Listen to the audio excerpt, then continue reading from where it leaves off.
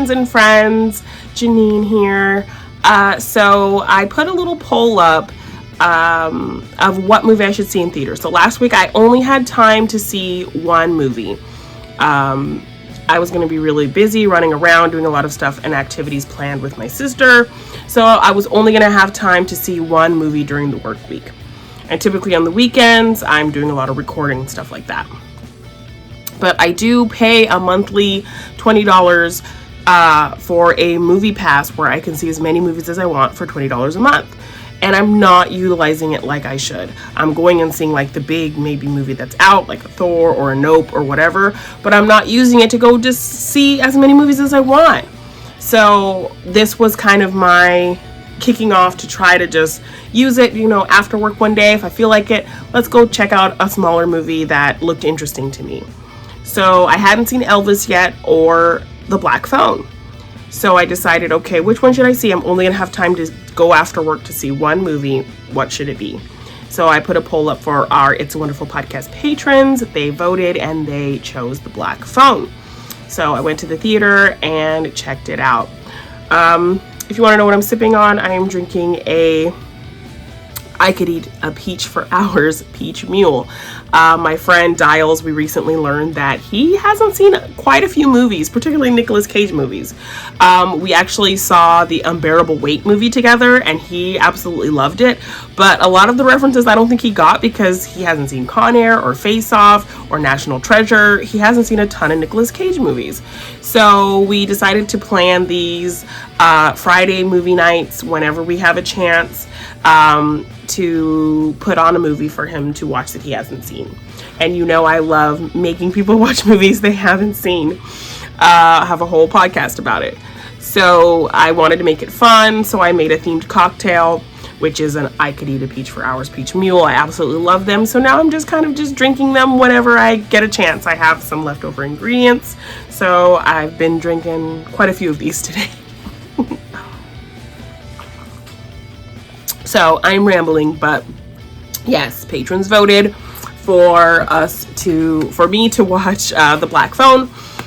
So I went and watched it and really enjoyed it.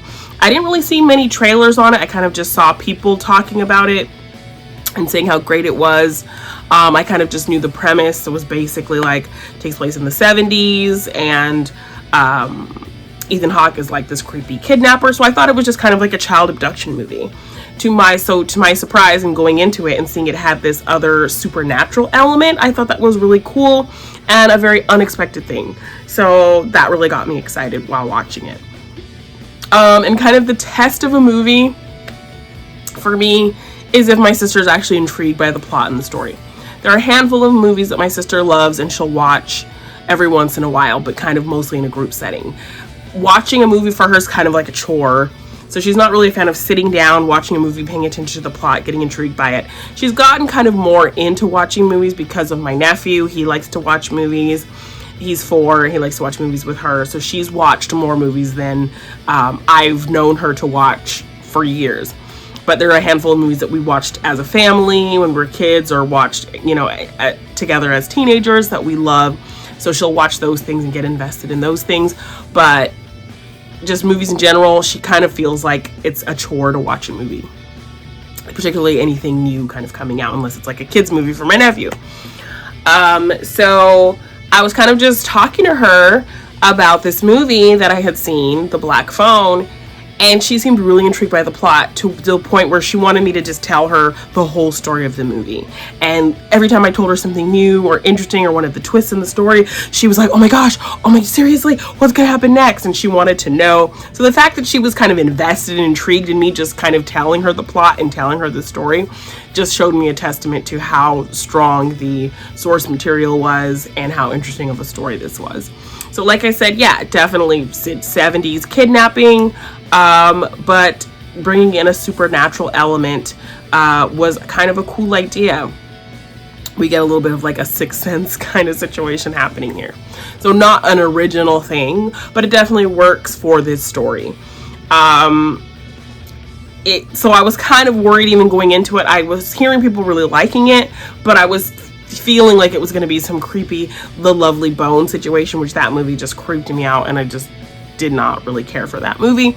So I was worried it was going to be something like that, but the fact that they brought in this kind of Sixth Sense essence, and they really set up these kid characters that you were kind of really invested in them and cared about them, and you cared about the dynamic between the brother and sister, and you got enough time with them. It didn't feel like you were getting bogged down waiting for something to happen.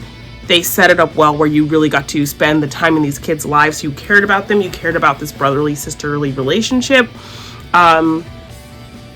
And so then when you get into the kind of kidnapping action, it all kind of flows really well with some really good pacing, which I really liked. So the supernatural element comes in when we learn that the little sister actually has kind of visions of things. Ethan Hawke's kidnapper does take these kids. He kind of wraps them up in a bunch of black balloons, lets the balloons fly, and takes the kid so that nobody really sees. And the girl in her visions, this little sister, she is seeing black balloons at the sites where these kids have been taken. And this was something she mentioned to the little sister of one of the boys that had been taken. And so the cops come to talk to her and ask her, like, how did you know this detail about these black balloons? This boy who got taken, his little sister said that you told her this. We didn't release that information to anybody. So how do you know this? So then she explains that she can see it. She has these dreams, and sometimes some things in her dreams turn out to be real.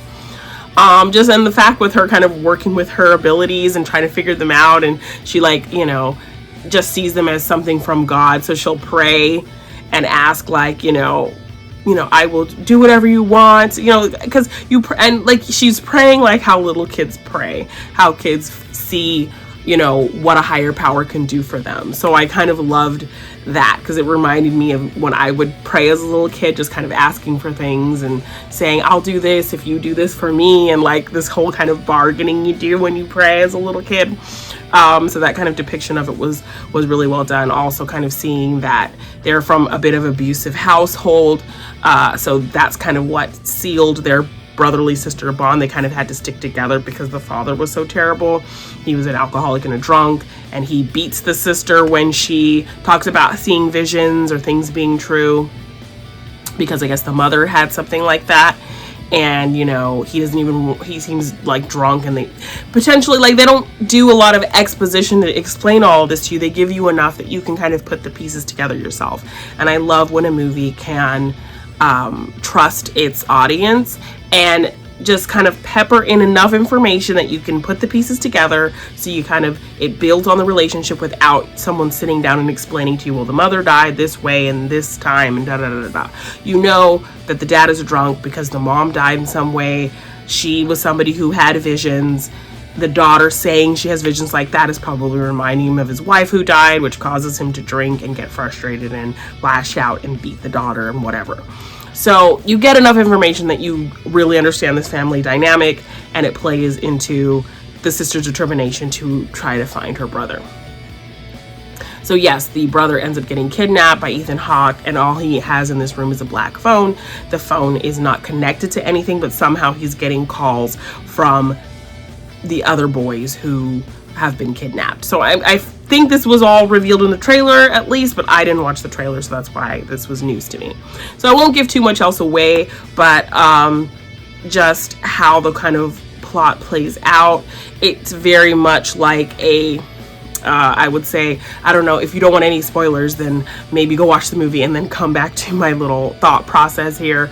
But it plays out like a signs type situation, like everything kind of happens for a reason that plays into something that will, you know, work to move things forward later in the story, which I think is just a kind of a cool way to work things out. It's a cool thing to see the other boys who were taken, who didn't make it, and see kind of their stories and what they tried to do to escape, and so that this boy does not feel completely alone, and he can try to he has that just extra little help to figure out how he's going to get out of this situation. Ethan Hawke is pretty creepy in this movie. He's great. He's so versatile, like he can do everything, but I think he's definitely has a great vibe with horror type, villain type situations. So I like this version of Ethan Hawke playing these types of characters. So he was great in this movie. The kid characters were really great performances. Just a really intriguing, thrilling story. You didn't know what was going to happen. And it was just a nice surprise, because honestly, I had no idea there was going to be any kind of supernatural anything in this movie, and to have that was just a really cool thing. So really enjoyed this movie. If it's still in theaters for you, check it out. I think it's out to rent for like 19-20 bucks because it's still in theaters. So yeah, I would definitely go check out this movie. It was a fun little watch just to kind of go after work and sit in the cool theater and watch this really fun kind of horror thriller movie. It's been nice to kind of just discover a new movie that's a little bit smaller with all these kind of big summer blockbusters happening around it. So this was like a nice treat and a nice surprise, Black Phone. So thank you, patrons, for voting for this movie. I really enjoyed it, and I will probably be back with more movies I watch, because I definitely need to take advantage of the fact that I'm paying $20 a month to see as many movies as I want. So definitely, if I do a whole kind of movie day like I used to, that is something I will definitely be doing review and talking about, because I love movies and I love the theater experience. That has never changed for me. You know, even though movies are kind of readily available at home, and for a very long time we were having to watch movies at home, nothing beats the theater experience. Just sitting in a cool, quiet, dark theater, experiencing this movie, whether it be on your own in a theater, because I love kind of the quiet viewings where I'm just kind of by myself at a 10 o'clock in the morning screening, and it's just nice and quiet and cool, and I can just focus on the movie. But then there's other experiences where you're watching it with the crowd and laughing with a bunch of people, and crying with a bunch of people, and getting angry with a bunch of people, and having those kind of group experiences with strangers in the dark, you know. So yes, definitely want to take more advantage of this movie pass that I have and see more things, just randomly going after work, going on the weekends, just making time to just go see movies, because there are a lot of little nuggets in between the big blockbuster things that I'm just not seeing, that I can see for essentially for free. So yes, definitely something I want to do. So when things like that happen, I might do more polls on our It's a Wonderful Podcast Patreon for you guys to vote on in what I should see. But yes, you helped me pick this movie, so thank you, and I really, really enjoyed it. So thank you, and I will see you in the next review.